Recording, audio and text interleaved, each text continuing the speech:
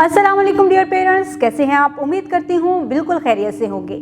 आज आपके बच्चे ने क्लास में मुज़क्कर और मुअन्नस के बारे में पढ़ा है।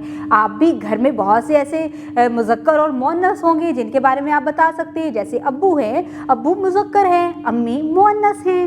इसी तरह घर में अगर कोई परिंदा है, कोई जानवर है, तो आप उसके बारे में भी बच्चे को बता सकते हैं कि वो मुज़क्कर है या मुअन्नस।